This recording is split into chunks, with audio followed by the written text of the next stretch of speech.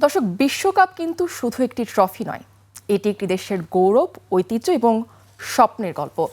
আজকের এই আয়োজনে আমরা বিশ্বকাপের সেই কয়েকটি আলোচনা নিয়ে আমরা আজকে এই অ্যানালাইসিসটি করব। দর্শক, ফিফার সৌজন্যে সেই স্মরণীয় মুহূর্তগুলোর কিছু ছবি কিন্তু থাকছে আমাদের এই আয়োজনে। প্রথমে দেখতে পাচ্ছি 1970 সালের সেই ঐতিহাসিক ছবিটি, যেখানে ব্রাজিল কিন্তু তৃতীয়বারের মতো বিশ্ব চ্যাম্পিয়ন হয়ে জুলেরিমে ট্রফিটি তাদের নিজেদের করে নিয়েছিল এবং ফাইনালে মেক্সিকো সিটির অ্যাজটেকা স্টেডিয়ামে ইটালিকে 4-1 গোলের বিশাল ব্যবধানে হারিয়ে শিরোপা জেতে ব্রাজিল। চমৎকার দলগত ফুটবল প্রদর্শনে ব্রাজিলের হয়ে পেলে, গার্সন, জাইর জিনহো এবং অধিনায়ক কার্লোস আলবার্তো গোলগুলো করেন, যেখানে ইটালির একমাত্র গোলটি আসে রবার্তো বনি সিনিয়র পা থেকে। এই ঐতিহাসিক জয়ের মাধ্যমে কিন্তু ব্রাজিল তৃতীয়বারের মতো বিশ্বকাপ জয় করে। পরবর্তী স্লাইডটিতে আমরা দেখতে পাচ্ছি আরেকটি সেই বিজয় উদযাপনের দৃশ্য, যেখানে ফাইনালে পশ্চিম জার্মানির কাছে 2-1 গোলে হারলেও টুর্নামেন্ট জুড়ে টোটাল ফুটবলে মুগ্ধ করা নেদারল্যান্ডস দল আমস্টারডামে ফিরলে লাইটসে প্লেন স্কোয়ারে সম্বর্ধনা দেওয়া হয় তাদেরকে। ফাইনালে নেদারল্যান্ডস মাত্র 2 মিনিটের মাথায় ইয়োহান মিসকেন্সের পেনাল্টি গোলে এগিয়ে গেল পল ব্রিটনারের পেনাল্টি এবং গার্ড মুলারের জয়সূচক গোলে পশ্চিম জার্মানি 2-1 ব্যবধানে জয়লাভ করে। ডাচদের উদ্ভাবনী টোটাল ফুটবল কৌশল পুরো টুর্নামেন্টকে মুগ্ধ করলেও স্বাগতিক পশ্চিম জার্মানি তাদের দৃঢ়তা ও কার্যকরী ফুটবল দিয়ে কিন্তু শিরোপা ছিনিয়ে নেয়। এই পরাজয় সত্ত্বেও ইয়োহান ক্রুইফের নেতৃত্বাধীন নেদারল্যান্ডস দল তাদের দৃষ্টিনন্দন খেলার জন্য ফুটবল ইতিহাসে অমর হয়ে আছেন। দর্শক, এই ম্যাচটি কিন্তু আসলে আমাদের প্রমাণ করে যে ফুটবল আসলে কতটা আনপ্রেডিক্টেবল। পরবর্তী স্লাইডে আমরা দেখতে পাচ্ছি 1998 বিশ্বকাপের একটি বিজয় উদযাপনের দৃশ্য, যেখানে বিশ্বকাপ জয়ের পর প্যারিসের সড়কে বিজয় শোভাযাত্রায় ছাদখোলা বাসে দিদিয়ের দেশমের, জিনেদিন জিদানরা উদযাপন করছে তাদের সেই ঐতিহাসিক মুহূর্তটি। 1998 বিশ্বকাপের ফাইনালে প্যারিসের স্টেড ডে ফ্রান্সে স্বাগতিক ফ্রান্স 3-0 গোলের বিশাল ব্যবধানে তৎকালীন বিশ্ব চ্যাম্পিয়ন ব্রাজিলকে পরাজিত করে প্রথমবারের মতো বিশ্বকাপ জেতে। ম্যাচের প্রথমার্ধে জিনেদিন জিদানের জোড়া দর্শনীয় হেডার ফ্রান্সকে চালকের আসনে বসায় এবং খেলার শেষের দিকে ইমানুয়েল পেতির শেষ গোলে জয় নিশ্চিত করে।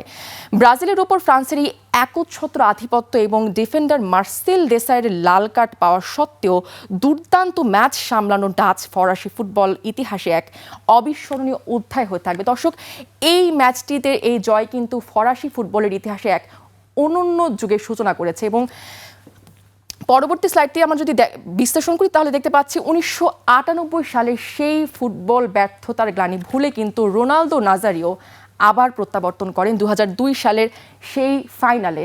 এবং এই ফাইনালে কিন্তু রোনালদোর 2টি জয়সূচক গোল করেন, যেই জয়সূচক গোলটি কিন্তু ব্রাজিলকে তাদের সেই কাঙ্ক্ষিত জয় আসলে ছিনিয়ে নিতে সাহায্য করে। 2002 সালে বিশ্বকাপের ফাইনালে জাপানের ইয়োকোহামা স্টেডিয়ামে জার্মানিকে 2-0 গোলে হারিয়ে ব্রাজিল পঞ্চমবারের মতো বিশ্ব চ্যাম্পিয়ন হওয়ার এই গৌরব অর্জন করে। ম্যাচের প্রথমার্ধ গোলশূন্য থাকার পর প্রখ্যাত স্ট্রাইকার রোনালদো নাজারিও দ্বিতীয়ার্ধে দুর্দান্ত 2টি গোল করে দলকে ঐতিহাসিক এই জয় এনে দেয়।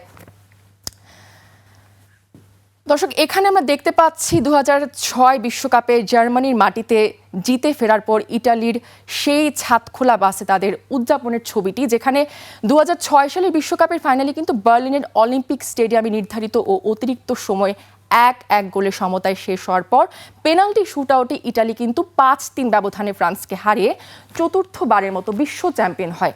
এবং এই ম্যাচে কিন্তু একটি অঘটনও ঘটেছিল, যে জিনেদিন জিদানের সেই মাতেরাজ্জিকে মাথা দিয়ে আঘাত করার কারণে কিন্তু একটি লাল কার্ড পায়, যেটি কিন্তু ফুটবল ইতিহাসের একটি নাটকীয় মোড় ছিল, যা শেষ পর্যন্ত ফ্রান্সকে ব্যাকফুটে ঠেলে দেয় এবং ইটালি টাই ব্রেকারে নিখুঁত পারফরমেন্স দেখে শিরোপা জিতে নেয়। দর্শক, এই ম্যাচটি কিন্তু আসলে প্রমাণ করে যে ফুটবলে আসলে আবেগের কোনো স্থান নেই।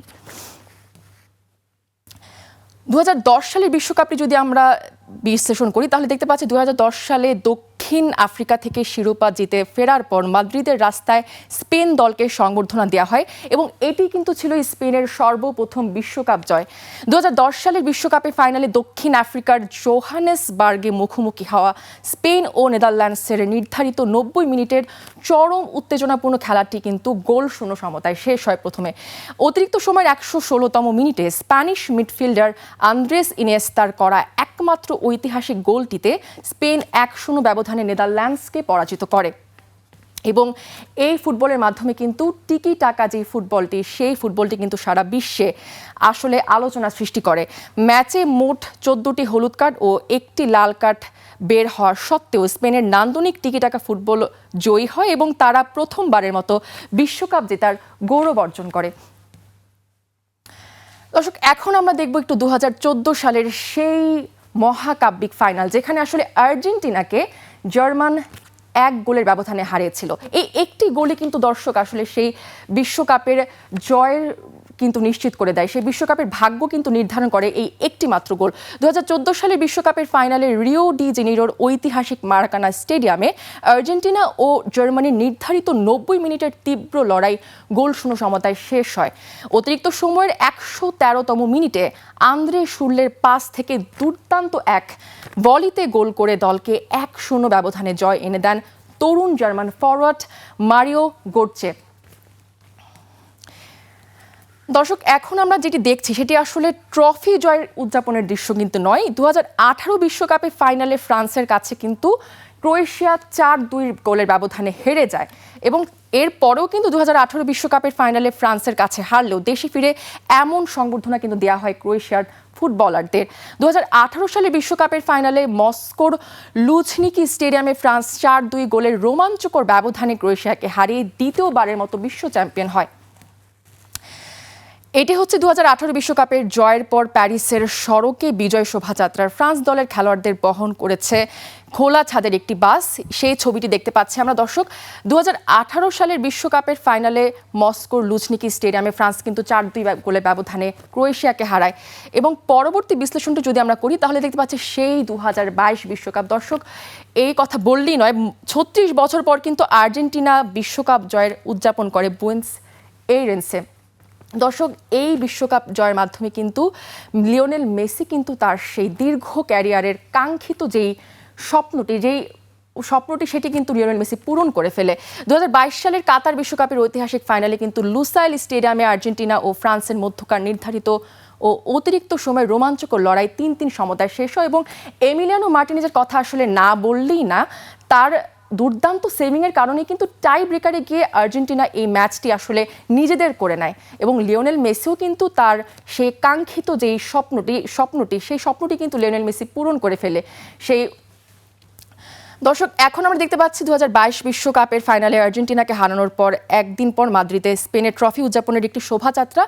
2026 সালের মেটলাইফ স্টেডিয়ামে অনুষ্ঠিত বিশ্বকাপের ফাইনালে স্পেন রোমাঞ্চকর ম্যাচে আর্জেন্টিনাকে 2-1 গোলে পরাজিত করে দ্বিতীয়বারের মতো বিশ্ব চ্যাম্পিয়ন হওয়ার গৌরব অর্জন করে। ম্যাচের স্পেন তরুণ তারাদের গতিশীল আক্রমণ ও মাঠের আধিপত্যের বিপরীতে আর্জেন্টিনা লড়াকু ফুটবল উপহার দিলেও দ্বিতীয়ার্ধের শেষ দিকে কিন্তু জয়সূচক গোলটি স্পেন করে। দর্শক একটু ইনফরমেশন ভুল ছিল, 2-1 গোলে হবে না, 1-0 গোলে হবে আসলে।